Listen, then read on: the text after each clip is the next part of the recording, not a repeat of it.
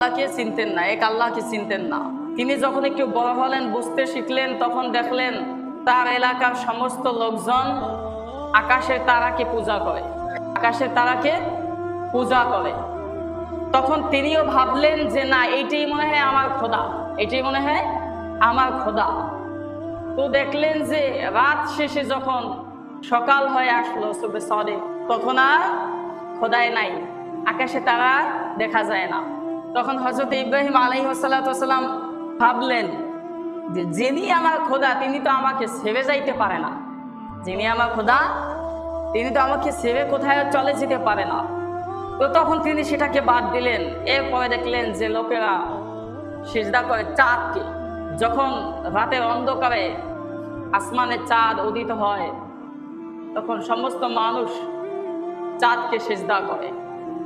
তখন হযরত ইব্রাহিম আলাইহিস সালাম ভাবলেন যে না, এইটাই মনে হয় আমাদের খোদা। তো সেটাও দেখলেন রাতের আধারও শেষ, চাঁদও শেষ, চলে গেছে। তখন বললেন যে না, আমার খোদা তো আমাকে ছেড়ে চলে যেতে পারে না। আবার দিনের বেলা যখন দেখলেন যে সূর্য উদিত হয়েছে আকাশে, তখন ভাবলেন যে না, সমস্ত মানুষ এটাকে সিজদা করে, অতএব এইটাই হচ্ছেন আমার খোদা। যখন দেখলেন যে দিনের আলো শেষ, রাতের আধার নেমে এসেছে, তখন সূর্য আর নেই, খোদা চলে গেছে। তখন তিনি ভাবলেন যে না, এটা আবার কি করে খোদা হয়? খোদা তো আসতে পারে এবং যাইতে পারে, এমনটা নয়। খোদা তো সবসময় বিরাজমান, তিনি সব সময় থাকবেন আমাদের সাথে। তো এটা আমাদের খোদা নয়।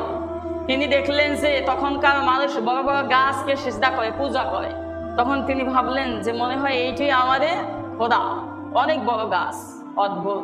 আবার যখন তিনি দেখলেন যে সেই গাছ থেকে মানুষরা লাকড়ি সংগ্রহ করে এরপরে রান্না করে, তখন বললে যে যাকে আমি খোদা মানি তাকে আবার তার ডানা কেটে আবার আমি কি করে পোড়াই দেই, সে তো আমার খোদা হইতে পারে না।